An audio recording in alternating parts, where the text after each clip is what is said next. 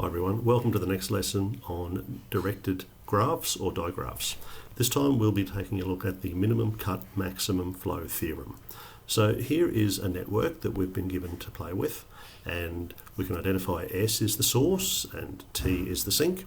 There is a maximum flow capacity on each of these. Now we could, like we did last time, go more or less by trial and error. And with a simple graph like this, that's probably a quick enough way to solve what the maximum flow would be.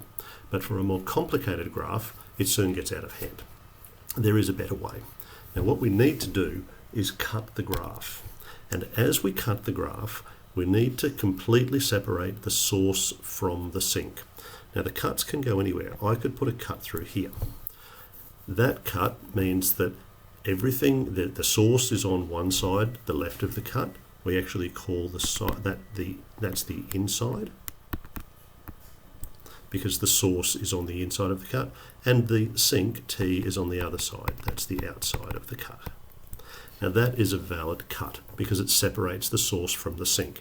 There's no edges that I could travel along from the source to get to the sink without going across the cut. That's what makes it valid. So that's the idea of a cut. Let's try another one. Here is a cut which is invalid.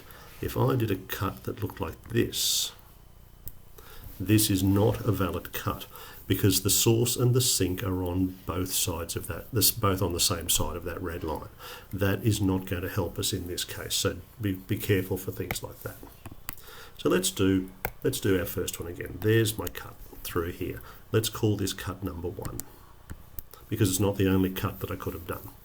What is the flow through the cut? And we're talking about flow that goes from the inside towards the outside.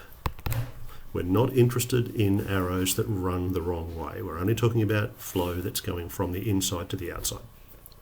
So all of these three edges are going in the right direction. So 20 plus 20 plus 60, that cut there has a flow of 100. Now it's not the only cut that I would be able to do. I'll leave that one there, but I'll take away the words in and out so I don't give myself a bit more space.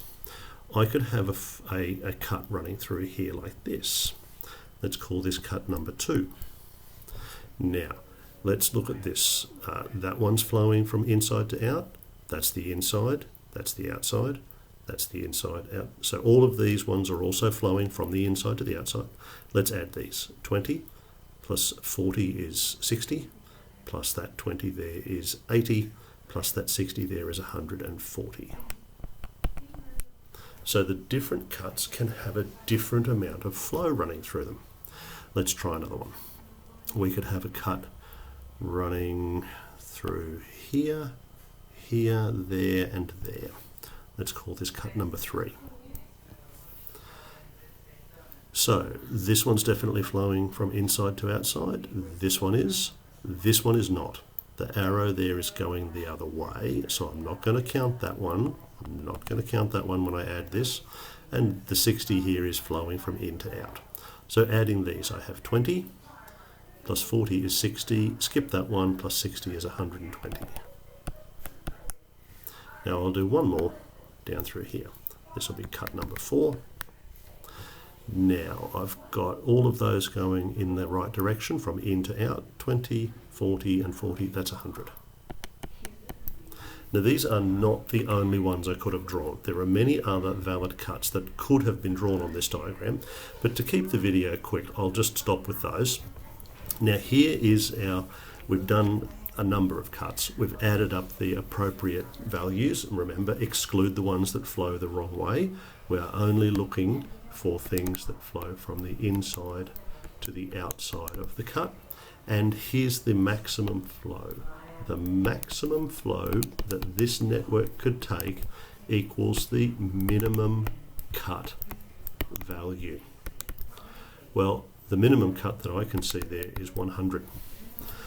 And that does turn out to be the right one. Even if I did all the other possible cuts that were available on this network, 100 would be the lowest. So I won't do any more. I've illustrated what I need to illustrate. That's the minimum cut maximum flow theorem. And that's a way of making sure that we know exactly what the maximum flow through a network could be. Once we know that that's 100, then we could go through and work out how the actual capacity on each of the edges is being utilised. But that's a different question, so we'll stop for there. Thanks for watching.